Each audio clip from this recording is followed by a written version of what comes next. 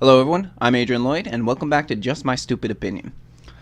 We got a lot that's been going on in the news over the last little bit, so we need to get into these stories because the big one I'm sure that everybody's heard about is the Patrick Brown scandal that's been going on. Pretty much as I was finishing up my last video to put onto YouTube, that's when the Patrick Brown scandal broke. So I actually had to delay it till about Friday. I also made a couple mistakes I had to fix. But yeah, that was at first actually I found myself wondering if this was another political hit by Kathleen Wynne, which is something I don't believe can be left out of the mix. But as soon as this broke, that was my immediate first thought, just because I was also working on the hijab hoax video, and then I hear this. Considering the connection Kathleen Wynne, it seemed that she had to the hijab hoax, it seemed like this was just a very safe way that she could then slander Patrick Brown again. But then, as this story's been going on, it may not be this way. It seems that as stuff we've heard more that's been coming out, what ended up happening is after the allegations came out, Patrick Brown came out and he denied them, tearfully denied them, and profusely denied them, and within hours of that interview he had to come out again, and he was forced to step down as the leader of the Progressive Conservatives of Ontario. Now, to me, this was a little bit disturbing right off the bat, because I felt that there was not enough information to worth damaging the man's career over that, not in the initial allegations, because what we were being told is just these were two anonymous women who said that they had been sexually assaulted by Brown on two separate occasions when they were in high school. So, they would have been minors at the time. One was back in, if I remember correctly, was back in Barrie, and the other one they were saying was when she was working for Brown. But we had no names, not that I'm expecting them to release the names, but we had very vague allegations by anonymous sources coming out so soon after this hijab hoax. However, as things have gone on, there's the hashtag Barrie that goes around on Twitter, which is for anybody who posts about Barrie, Ontario. That's where that's the hashtag they use. Well, since this allegation has come out, a lot of people, a lot of them women, have been saying that this was well known within Barrie, and that in fact it was more of an open secret around there. Now, that being said, there have been a couple that have come out and said, I'm shocked by this, I can't believe this sounds slanderous. People from Barrie saying that. But a lot more, I would say, are coming out saying that this was well known, and they're making reference to a bar that he used to own and a lot of sleazy activity that used to go on there. But so far, at least, I haven't heard of any more allegations coming out, so we'll have to wait and see. But what kind of disturbed me about this is how fast, before we had any real information, before we even really do have any real information, we have a little bit, but not much, how fast this destroyed Patrick Brown's career. Because whether you like Patrick Brown or not, there are a few things that he has done.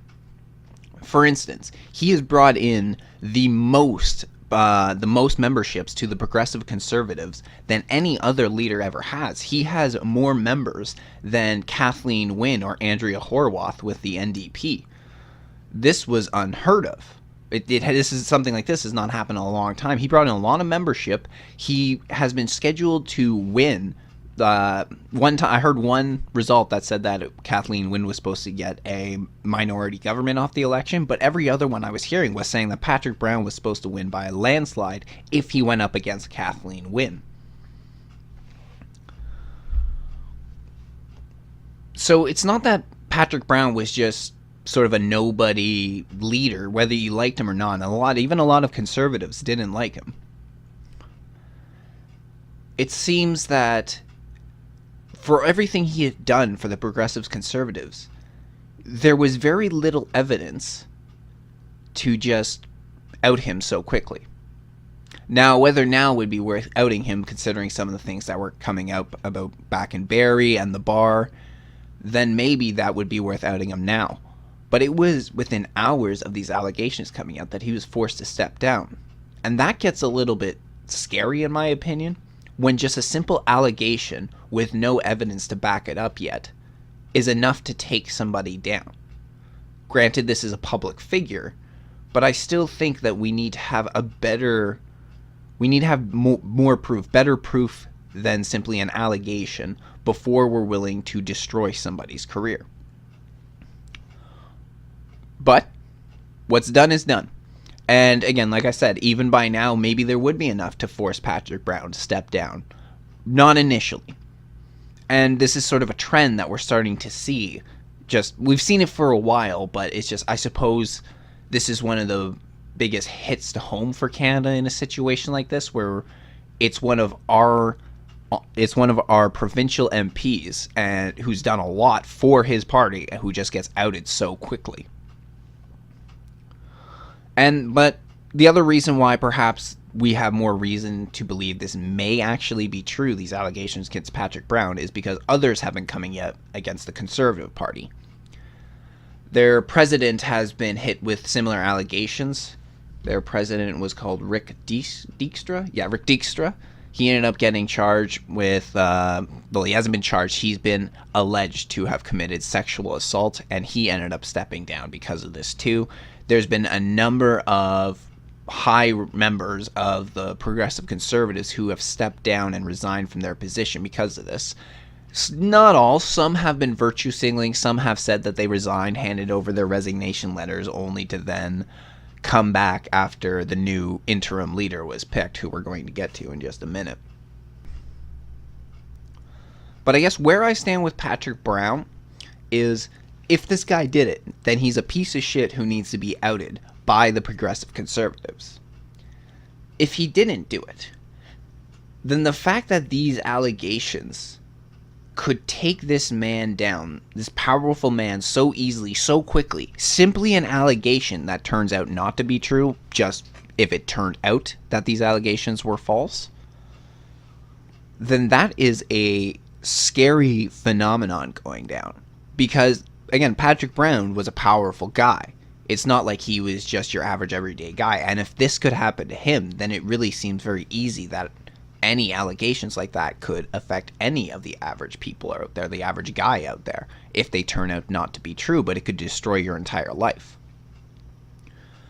So that's if those allegations turned out to be false. But again, as we're hearing more and more come out, it may possibly be true. So it might not be quite the political hit we thought it was, as in it's a hit job that there are no merits to this allegations, and that it's just his political opponents, Kathleen Wynne, making up stories in order to slander and try and take Patrick Brown down.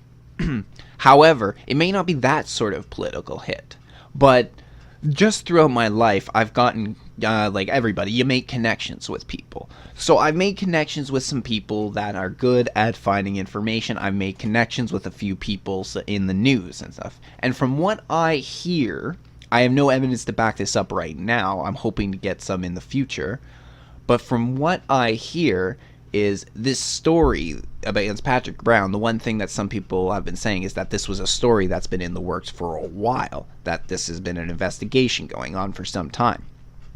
But what I do hear is apparently Kathleen Wynne was aware of this information about Patrick Brown, but she wanted to wait until about May in order to release it. Again, this is just, at best, it's second or third parties telling me this, so we need to keep in mind that there's no evidence to back this up. But if that turned out to be true, then Kathleen Wynne, somebody who has many times talked about the need to protect young women and champion against sexual assault, well then, at the exact same time, she's willing to let a sexual predator sit in a position of power over the next few months just in order to make her political hit job at the appropriate time when it would garner her the most support. That would be quite damaging, especially coming from a female MP.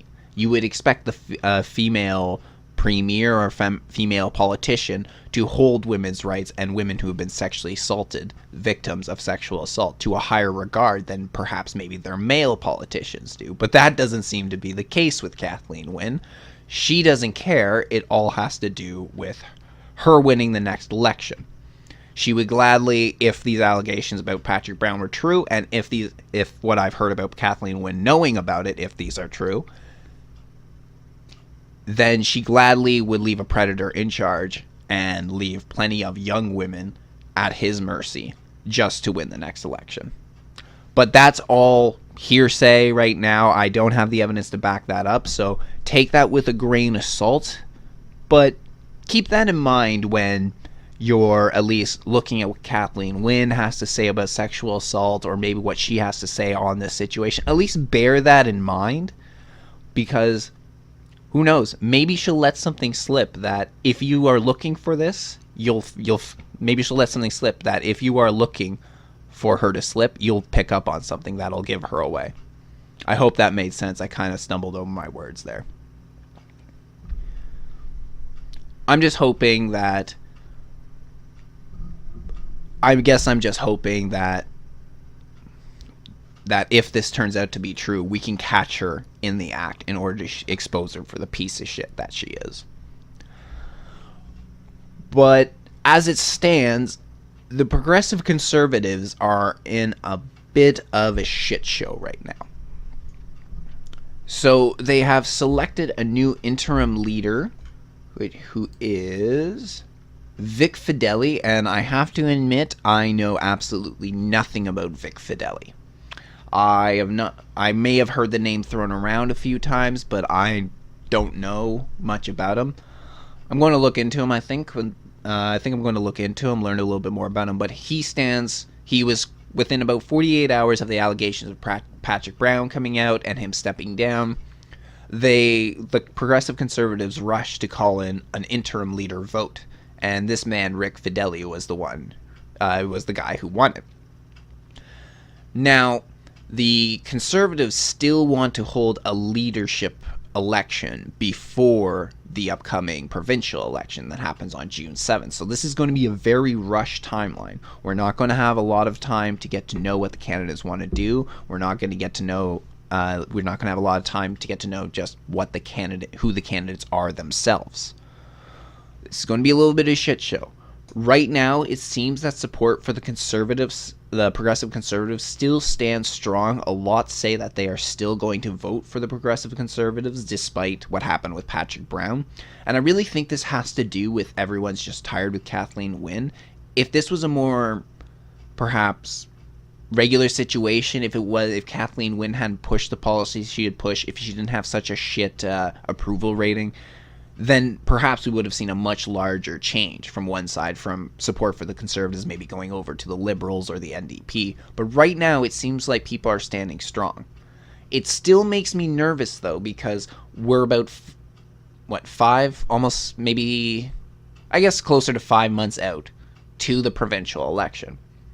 And while support stands strong, we have a new interim leader, which we don't know what sort of leader he's going to be. He could be a strong leader. He could be a weak leader. If he's weak, he will push people away before there's even the leadership election.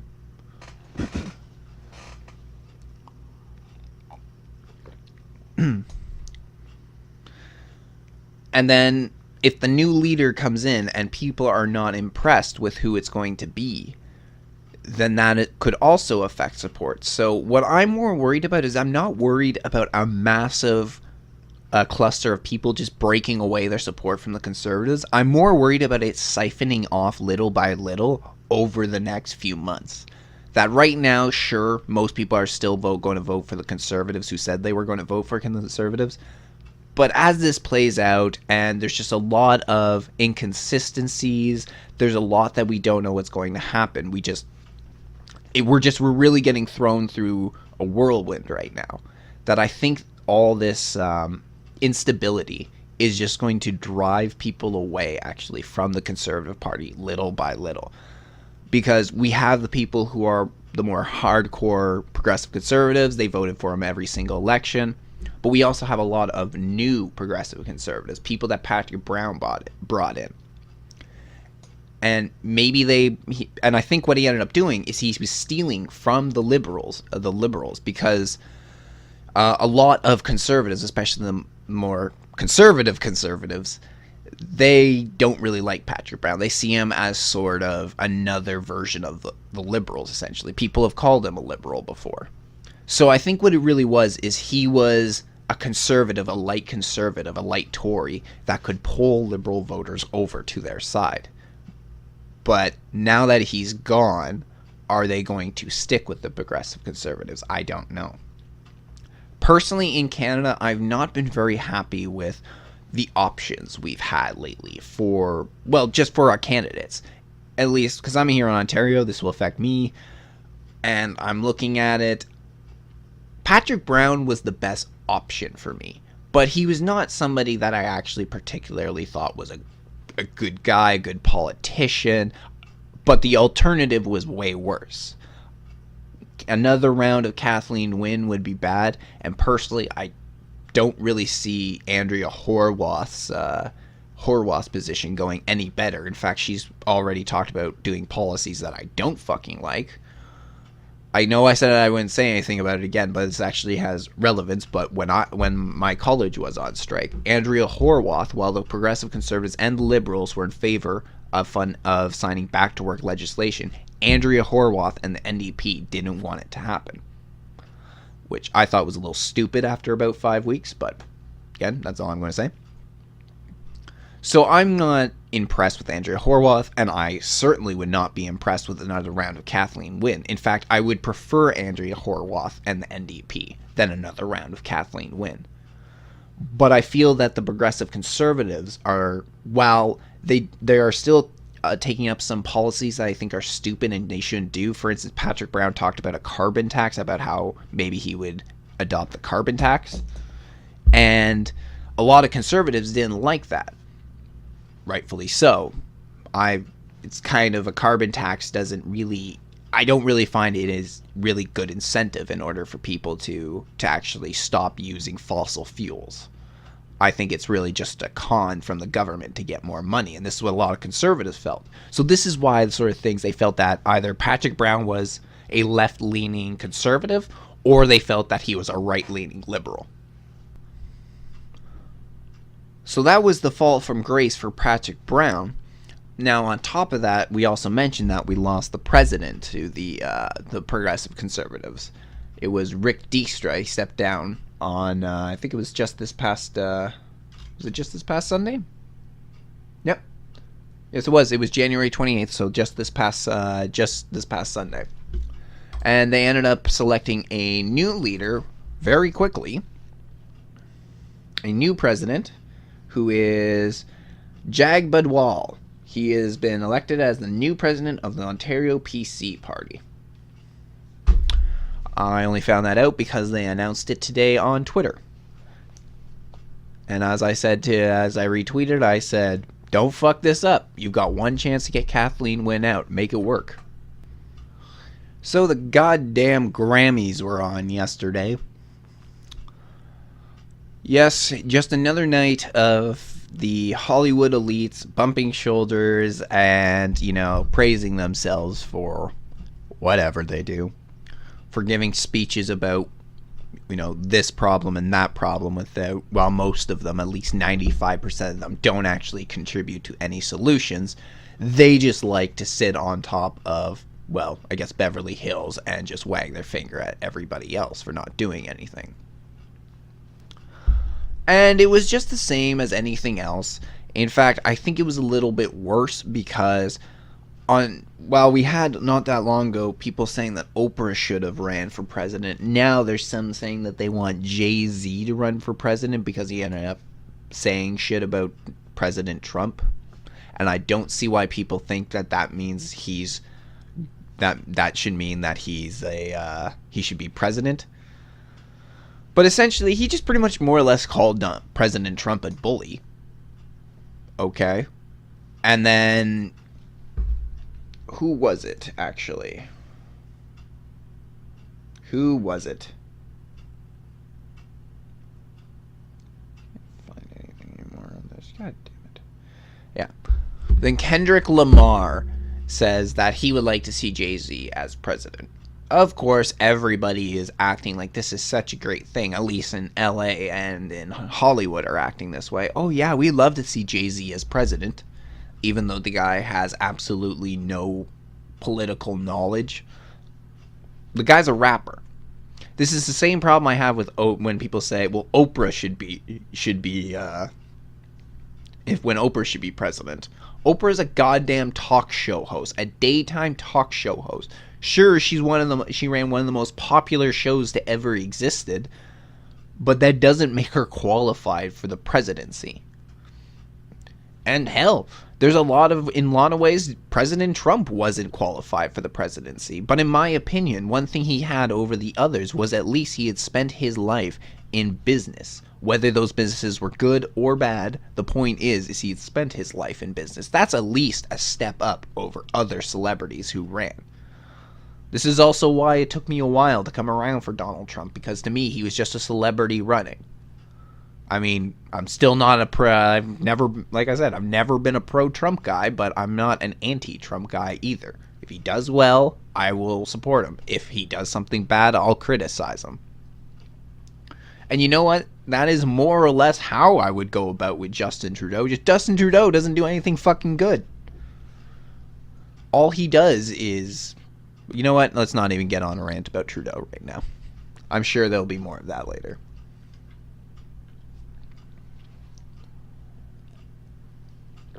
So we had the usual shit that came out of the Grammys, though.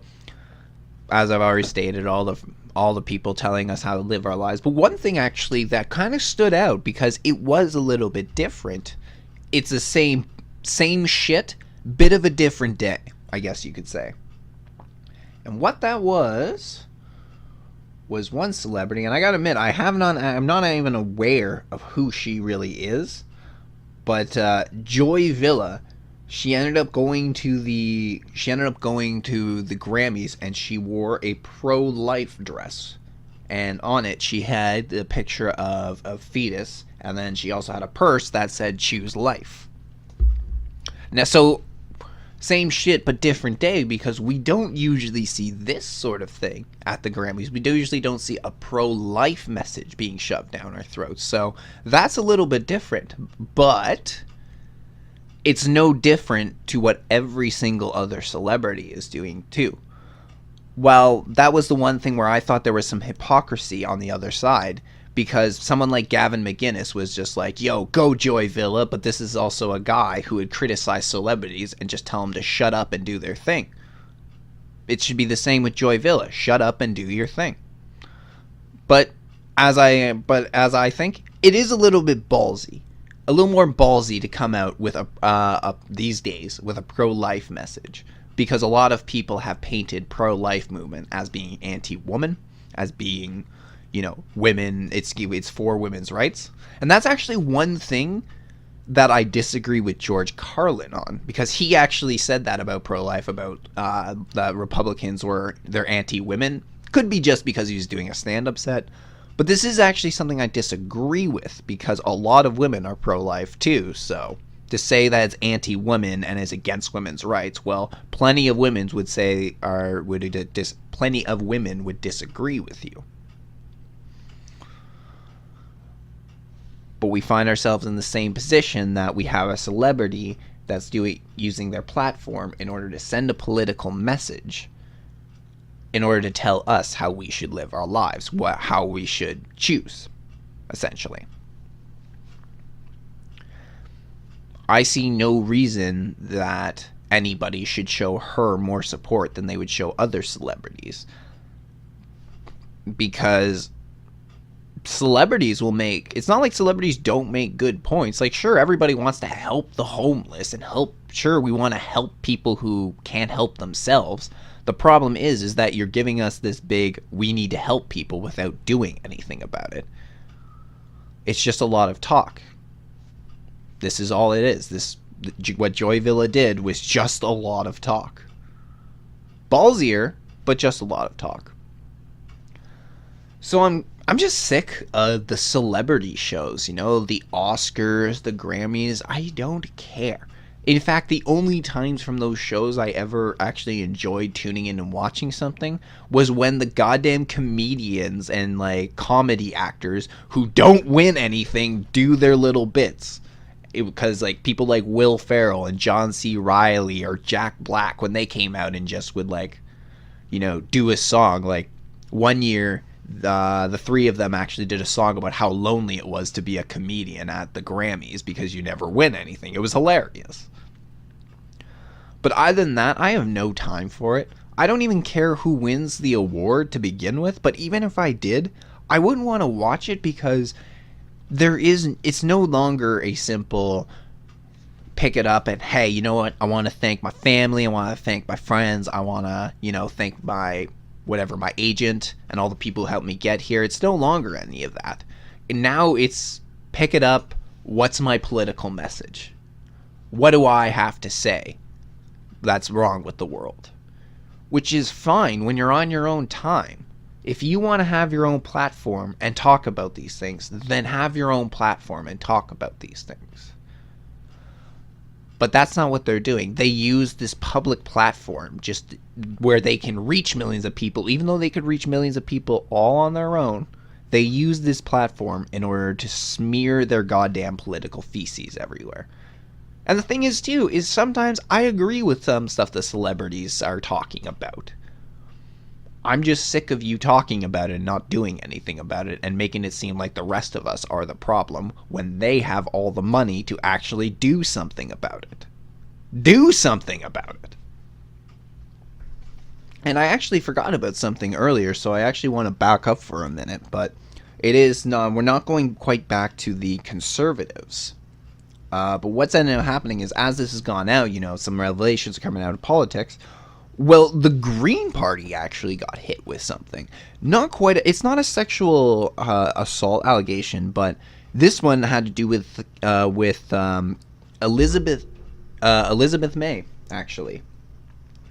And so what it had to do was the fact that apparently 3 Green Party members who have worked for Elizabeth May say that she was essentially a really bad bully when you worked for her. She screamed at people, she belittled people and treated them like shit.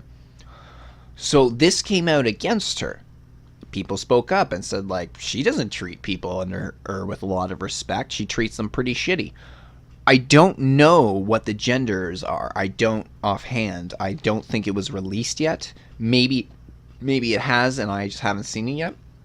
But as far as I know, these were just allegations, the allegations being put forward towards Elizabeth May. What I think is a little bit funny about this is people have been very defensive of May now. Now people like in the media are talking about how Elizabeth May is being held to a higher standard because people are saying that she should be held accountable for treating her staffers like shit, for bullying them and berating them. And they're saying that she's being held to a higher standard because of this. Yeah, okay. I'll admit, she's being held to a higher standard. Because if she was a man, she would be in a much more trouble. If this was a man bullying and berating his employees, she would maybe be forced to step down even just because of this. But she's not. She's still the head of the Green Party. So people are trying to actually spin this and turn it into, this is just sexism against Elizabeth May. That's why people are bringing this up. No, it has nothing to do with that. I find it a little ridiculous that we seem to think that women can't act like this because sure they can. Especially if they're in a position of power, they can abuse it just as bad as anyone else. In fact, my very first boss I ever had, my very first manager, was a woman just like this. She fucking bullied her employees. She berated everybody. I know I got berated a lot. Remember, I was like, I don't know, I think I worked for her between the ages of 15 and 16 before she got moved to another Tim Hortons. But yeah, she was not a pleasant woman if you worked for her. Nothing ever came out of that. And then this is a very similar situation. So it's not like these don't happen. They happen all the time. But the difference is whenever this is heard that it's a male boss that is doing this, that is has been acting this way. It's seen as unacceptable. Now it's seen as stuff like toxic masculinity. But when it's reversed and it seems that a female in a position of power does this, people are willing to rush to her defense pretty damn fast. This is, in my opinion, a bit ridiculous because these should be taken seriously. These things, at the very least, against Elizabeth May, it should be like anything else. She shouldn't be forced to step down over allegations. There should be a process in which they would look into it, and if she did commit these allegations of bullying and berating, then she should be forced to step down or have to resign, whatever the process is. I don't believe that right now, just because she's had these allegations, that means like Elizabeth May needs to sign off. But people don't even want to look into this. People are immediately, like the media, are immediately coming to her defense and saying this has to do with sexism and misogyny, rather than the fact that people think it's ridiculous that a politician bullied their staffers so terribly. Because I believe there's been similar stories about Hillary Clinton, about how she could be quite a bully. And that was more or less the same thing people are saying. It's like, it's because she's a woman, you're just being sexist. That's why you're giving her a hard time. We shouldn't hold people to a different standard. If we're going to do this with a male MP, we should do it with a female MP. One thing I've kind of wondered about this too, especially concerning the way the Me Too hashtag has gone, and how we're now starting to hit people with the Me Too hashtag that don't actually commit anything, don't actually commit any sexual assault or harassment. The Aziz Ansari story is one. And then I remember I was listening to an interview with Liam Neeson, and he was telling a story where I believe it was a producer in Hollywood. He was on the red carpet with some actress, just put her hand on her back, just like on the middle of her back between the shoulder blades. And then months later, he finds out that she thinks it's sexual assault. There's something coming out about an MP just today, which I'll have to find it again because I don't think I retweeted it, but about a conservative MP where a female MP was saying that he treated her like shit and bullied her and abused her, blah, blah, blah, blah, blah. At least in his statement, when he came out with it, he said that the only time they ever talked or were in contact was briefly when he was out having a cigarette and he didn't even touch her. So with all the way that these allegations are going now and how some women believe that any little thing, any little bad experience they have with a man equates to sexual assault, then I'm wondering, in the future, could we really fault a business that decided that they weren't going to hire on women because they were worried about sexual assault allegations, whether real or false? Could we fault them for that? I'm sure many would say yes. We can fault them because they're not hiring on women. But then if it's something like the Me Too hashtag keeps going on and getting worse and worse, and some women believe that they can just, anything equates to this, then I don't believe we really could, because then in their eyes, they're taking precautions. They're trying to avoid lawsuits. They're trying to avoid bad publicity. I actually think I can see like a more modern form of segregation coming out of this. Just that the lines are going to get drawn, but these lines are going to be so thick between men and women that nobody is going to want to cross them. That men and women are just going to get more distant from each other, less interactive. You're not going to see girls and boys hanging out together. They can never be friends, or even groups of girls and groups of guys hanging out together. They're going to be much more segregated.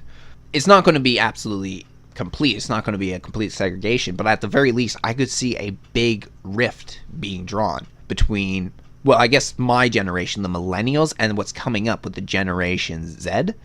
I could see a huge rift being drawn between men and women on there. While they do say that Generation Z is coming up, it's supposed to be the most conservative generation in some time, I could still see these sort of rifts that appear in my generation, the millennials, being transferred onto them. Or at least it's something they would have to overcome. Nobody's going to want to risk, especially in my opinion from the guy side, no guy is going to want to risk possibly forming a relationship or having some encounter with a woman if he's worried that they may get charged with sexual assault or that something may come back against them. So I really just see us like, this is just continuing down a bad path.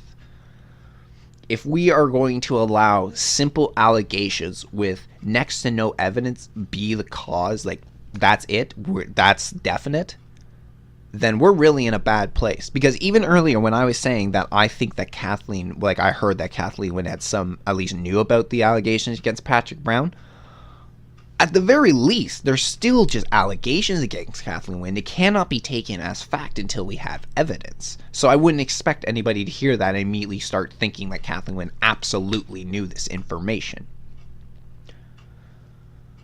But allegations, at the very least, deserve an investigation, especially when when there's something serious such as sexual assault.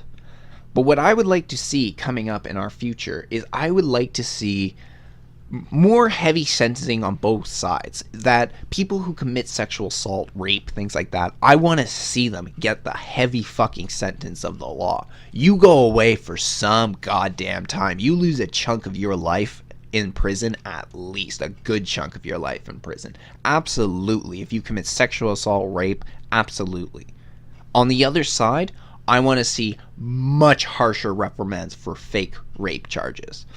Now, it's one thing, we have to keep this with, I don't like using this word because this is, in my opinion, a progressive word, but we have to keep it with some nuance in that some women will feel that a line has been crossed and maybe there is confusion there was muddied waters, but in the end it's not considered sexual assault. I wouldn't consider those women to be charged because if it's really that much of a, like an unsure area, there's that much nuance, I hate using that word again, then you couldn't actually charge the woman with that. But if it's a deliberate fake charge, such as maybe what happened with Rolling Stone, if everyone remembers back in 2014, the fake rape case at UVA where it just did not happen at all. There was not even, like, nobody even tried to rape this girl, Jackie, who they still won't release the real name for. And as far as I know, had nothing happened to her, aside for maybe some people who knew who she was, giving her a hard time for lying. But I would like to see much harsher charges for women or men who lie about sexual assault and rape.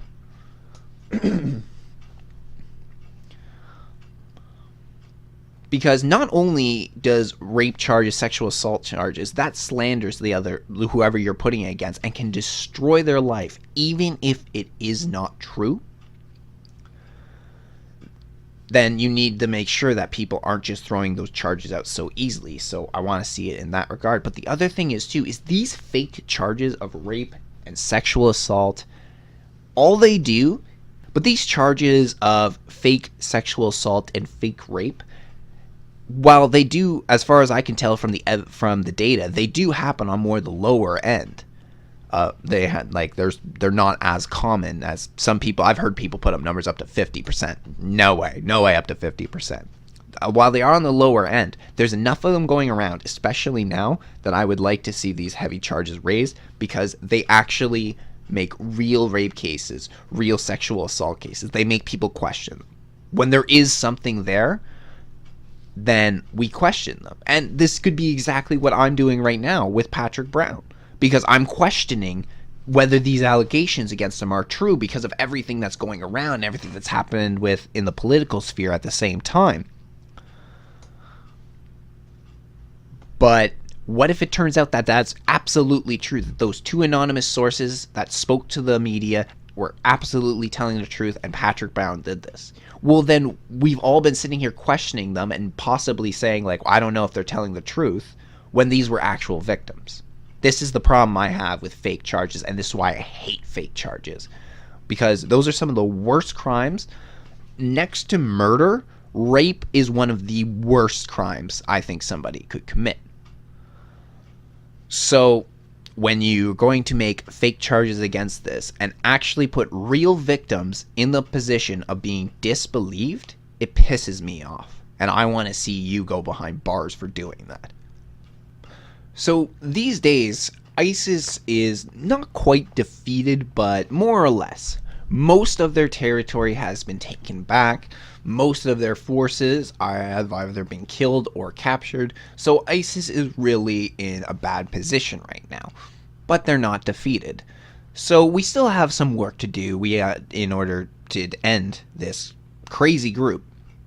But we still have the problem of how do we prevent another one from rising up in its place? Well, in fact, we still have hundreds, if not more, of smaller radicalized groups in the Middle East that are prepared to just rise up in the vacuum that is created with ISIS being gone. Similar things have happened before, Al-Qaeda to the Taliban to ISIS. So it's quite possible we may see another one rise.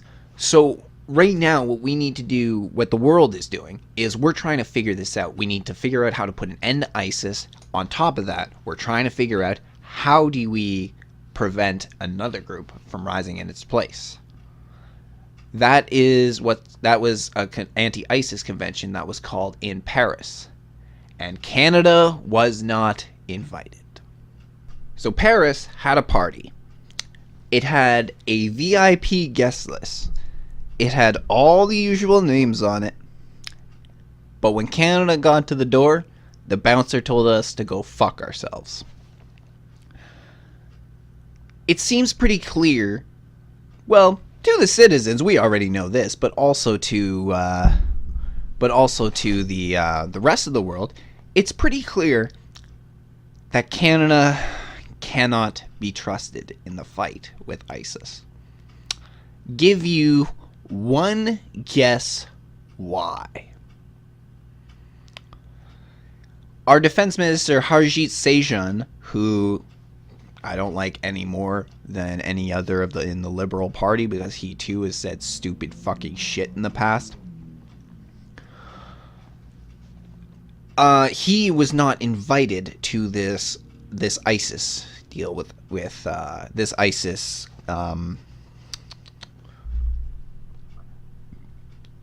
Sorry, I was up early. My brain's starting to crash a little bit early. It's an anti-ISIS coalition. It was an anti-ISIS coalition. We were not invited. This is because Canada, well, we were actually involved in the fight against ISIS with Stephen Harper, and we were at least involved in a way that was safe for us. We were using our CF-18s for airstrikes. That's what we were doing. We were covering our allies on the ground with airstrikes. They required those airstrikes. They needed those airstrikes because it gave them a huge advantage over ISIS. That's one thing ISIS didn't have, was air support. But they had a large ground support. They had a lot of vehicles. Maybe not tanks and that stuff, but they had a lot of, at least, vehicles that they had scavenged and turned into weapons of war. Whether that was attaching a machine gun to the hood of a pickup truck or whatever. But when Justin Trudeau came around, he pulled out of the fight. He pulled our jets out of the fight, leaving our allies alone. America and a couple other allies were forced to pick up our slack in order to help our allies and keep them alive that were on the ground. Now, bear in mind, our allies that were on the ground at the time, it's not like they were exactly the best fucking allies. We have a lot of problems with stuff that they want to do. We have a lot of problems with stuff they have done. And we still have problems with sort of the society that they want to then usher in again. But they're better than the alternatives. They were better than ISIS. While this is, at the same time, we have to acknowledge that this is exactly the sort of activity that has got us into this trouble before in the Middle East. It's that sponsoring one side until they win against another radical group, and then that radical group takes over, and then we got to fight that radical group by funding another small radical group, and the process continues. Perhaps it's actually a foreign policy for destabilization, continuous destabilization in the Middle East. Makes sense to me. Like, it would make sense from a political perspective why if I was in charge of America, why it makes sense. So it's quite possible that's what's going on. But not being invited to this coalition is a big insult. A big insult. And it's not, and the thing is Canada can't sit here offended about that insult. Because we've done it to ourselves. Well, technically when I say we've done it, I don't mean the citizens. Our leaders have done this to us. Because Justin Trudeau showed so much fucking sympathy for the goddamn ISIS fighters. In fact, this is actually kind of similar to what Pierre Elliott Trudeau was doing during the Soviet War. Pierre Elliott Trudeau was showing a lot of sympathy towards the Soviets, going as far as to say that America posed a greater threat to Canada than the Soviets did. One of our closest allies, and a country that had protected us, a country that was protecting us at that time from the threat of the Russian rockets. And Pierre Elliott Trudeau said they were a bigger threat. While they may have had more nukes, I don't believe for a second that America's a bigger threat on the world stage than Russia is. If Russia has the power, Russia has proven that they will use that power. While America will use the power, at least they have some restraint. At least America will show some restraint, and they have some respect for human rights, at the very least. Russia does not. Russia is all about control and power. Even to today. Even though we've seen the fall of the Soviet, it's not much different today. A few years ago, Putin's political rival was gunned down just blocked from where the Kremlin was. Everyone was sure it was Putin. Nothing came out of it. Of course it didn't, because it was Putin, and you can't do anything when the dictator's in charge. And then just over the last week, actually I think it may even be over the last couple days, it turns out that another one of Putin's political rival, probably the one that is rose up in the place of the one who was assassinated, he got arrested in the middle of the streets by the police for pretty much nothing. The police came in with a van and pretty much picked him up in the middle of the road and took him away. Exactly the way they did back in Soviet time. In fact, this is more actually that would be considered a little scarier, because while the Soviets did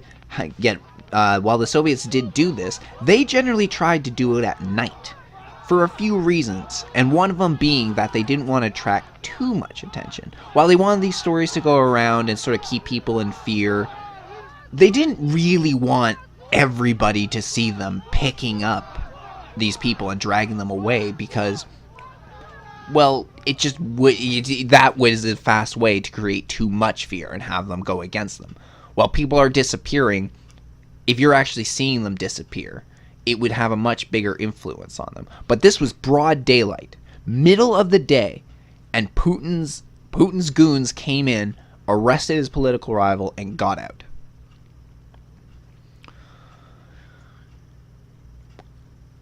So this is the type of country, the type of people that Pierre Elliott Trudeau supported.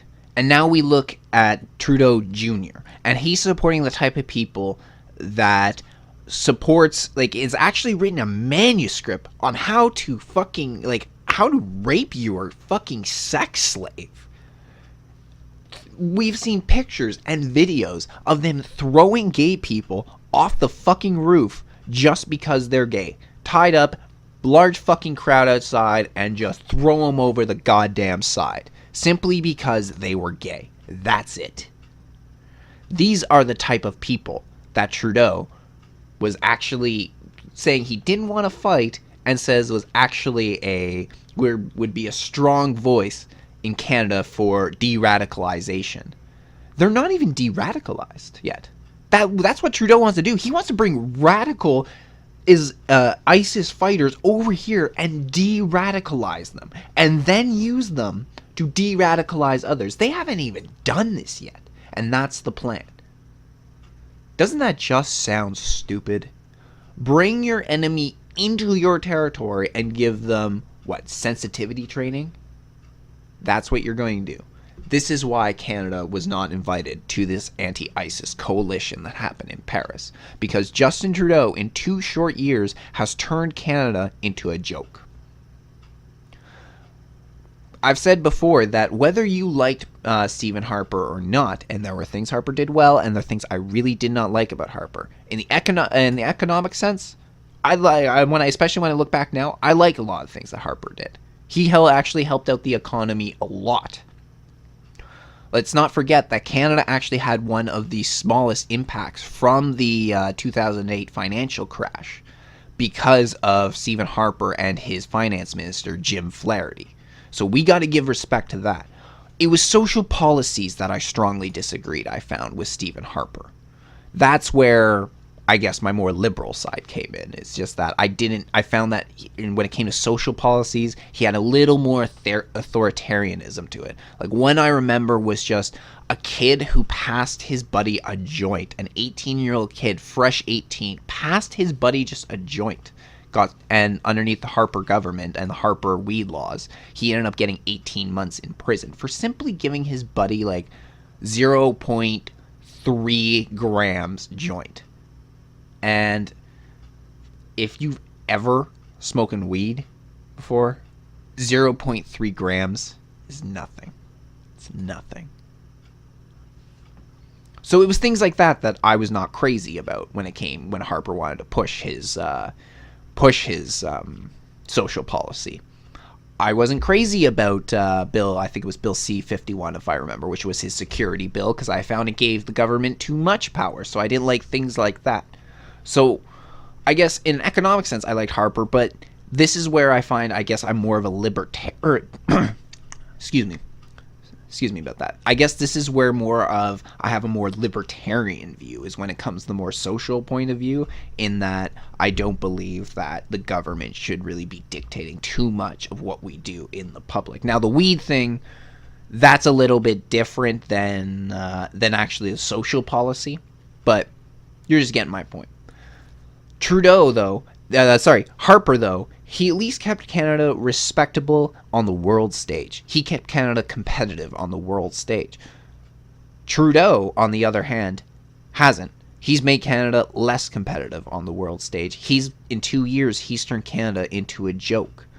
Nobody wants to take us seriously in terms of fighting our enemies, because all we're doing is coddling them. But not in the good sense, because coddling can be used for your enemies to make them weak. But we're not coddling them. That's generally done. You coddle them over the course of time, so they rely on your assistance. They need your assistance. But we're going to coddle them as sort of like, we'll give them some sensitivity training. We'll give them a few pats on the head and tell them everything's going to be okay. And in the ISIS fighters' minds, their strong ideology will definitely be able to withstand this pathetic excuse for sensitivity training.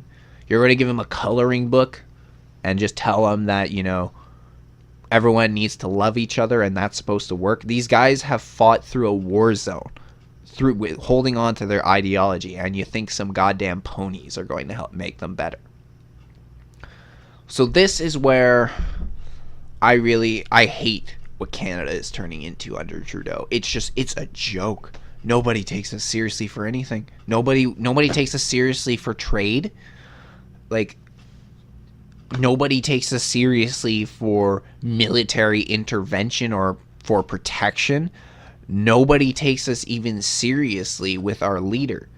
I mean, the only thing anybody ever talks about is he apparently, for a lot of the women, find him very attractive. And he has nice hair and maybe a good smile or something like that. But our leaders are a joke. Our country is a joke. While our military has been a joke for a while, our military is really a joke underneath Trudeau. And that's a fucking shame.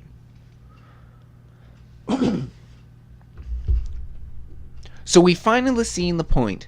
The world has had enough of Canada's bullshit. They've had enough of this goddamn Trudeau, everyone needs to love each other, progressive agenda, la la la la la. So they're just going to leave us out of all the decisions made in the world. They're not going to confide in us. There was a time when people did confide in Canada. Not anymore. That's all lost under Trudeau. While I don't want to see a very military interventionist sort of country, I don't really want to be the next America, as if we got to go in and, with force and solve everybody's problems. I mean, we're not even close to being able to do that with what we have available now. But I do think, even when I say that I have a more libertarian in some views, look at stuff, I'm not a complete non-interventionalist. I think there are times we need to jump in. There are times where we need to put a stop to something terrible that's going on in the world. And not just simply falling back in your borders and ignoring the rest of the world. That's not going to work. I don't think that'll work. It'll work for some time. You'll be ignored for some time. But sooner or later, somebody somewhere is going to turn their sights on you. And I just think, and if you let it kind of happen, a lot of times they can build themselves up to a point where they know they're prepared to take you on. So it's better, I find, to, with some regimes, stop them before they get started.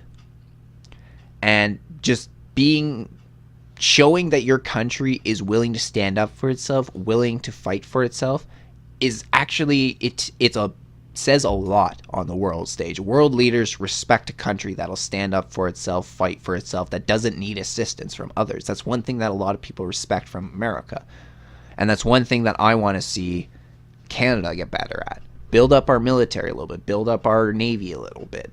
Let's get the aging CF-18s out of there, because Trudeau was criticizing Harper for that. Now he wants to extend the use of CF-18 fighter jets all the way to something like 2032. So let's get maybe some new jets in there. Let's start out by building up our GDP. Then we can spend this on and then we can use it on military spending. Because I honestly don't think, like, Trump wanted to see something like 2% spending from NATO allies, like something I think it was 2% of GDP spent on defense. We could do that. We build up our GDP, we do it right. We could spend 2% of our GDP on our military, build it up, and I think that's actually a good investment. I think building up our military would be a good investment to do. And it gives us something to work for as a country. It gives us something to look forward to strive for that, maybe that extra 2% rise in your GDP. So this is actually a task I think Canadians could unite under, because we're reliant on America for a lot of our protection. And if you have somebody like Trump, who's said before that I'm not like other leaders. You can't just guarantee that I'm going to come to your protection just because others said they would.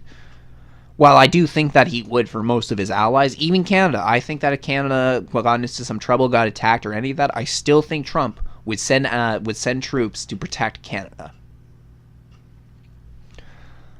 But let's not take the risk. Let's stand for ourselves. Let's be able to protect ourselves. This is what I want to see, and this will help bring Canada into a more respectable position. However, I do not see this being able to be done under Justin Trudeau. His policies that he wants to push don't actually help the country in the long run. All they do is help his popularity numbers, but even those are starting to fall. I actually think the reason that his popularity hasn't fallen more and faster until now, because now it's about more than 50% of Canadians don't like Trudeau. I think the reason it took him this long is just that his policies were always, for a long time, supposed to pander to people who like to see that sort of thing, who like to see what they believe is, take Bill C-16, exactly, the gender bill. Like, they want to see what they believe is making progress in the country, but is really not. When you look beneath the surface, there's a lot of problems that end up happening there. So this is sort of policy Trudeau pushes, and he's not pushing policy that will actually help make Canada better. I mean, I've said before, I'm no MAGA guy, but fuck, make Canada great again. Damn right, make Canada great again. And one of the reasons I'm not MAGA is because I'm Canadian. Like, I could get behind the whole MAGA thing, even without Trump. The Make America Great Again, if I was America, it's like, okay, yeah, all right. What, get our country to a better status than it is now? What, is that such a bad thing? But I actually think right now in Canada, we need a Make Canada Great Again moment. We need somebody to come in and fix these problems that are going to be left out. One thing I've tended to notice about Canada is a few years behind America. Everything originates in America and it branches out from there. So when something happens in America, within a few years, you can see it coming out into Canada, maybe even sooner, and it might be maybe sooner now. So when we have similar problems, but what the advantage we have in Canada is America's gone through the problems. We can look to America to solve some problems. For instance, if after Trudeau comes out and we want sort of our own like guy like Trump who makes things great again, like just fixes the problems, because that's what America's looking for in Trump. They were looking for a guy to fix the problems in their country, somebody who was not just part of the political sphere, part of the status quo. So if Canada was looking for something like that too, somebody to come in and fix these problems from the outside, not an inside politician, a seasoned politician, then the advantage we have is that we can look to Trump. Look where he did well. Look where he did badly. And we can avoid these problems. So for instance, if Trump's economic plan is really helping to create more jobs, get people out of poverty, and, raise the American GDP, which, even though people have said that the stock market was on upward trend under Obama, yes, this is true. You also have to acknowledge that since Trump has taken office, the market has taken an even sharper spike upwards and has continued, for the most part, on this trend. So we can look to maybe his economic policies and see, what did he do in order to lower poverty? What did he do in order to make the middle class, say, rich again, if that's what he ends up doing by the end of his term? And then we can apply those, and we say, where did Trump fail? Where did he do badly? Okay, he did not have a very good foreign policy, let's say. So we need to make sure that we avoid these pitfalls that Trump hit. This is just an example. But we do need something. We need somebody to stir up the pot. We need somebody to come in and who's not part of the establishment, who's not part of the status quo, who can change this shit up, who can bring us 180 and just bring us back to a country where our dollar means something. That's something I'd like to see. Bring us back as a country that's respectable on the world. I don't think that's really asking too much from a citizen of the country. Do you? Thanks for joining me on the podcast today, everyone. My name's Adrian Lloyd. This is just my stupid opinion. I'll see you all soon.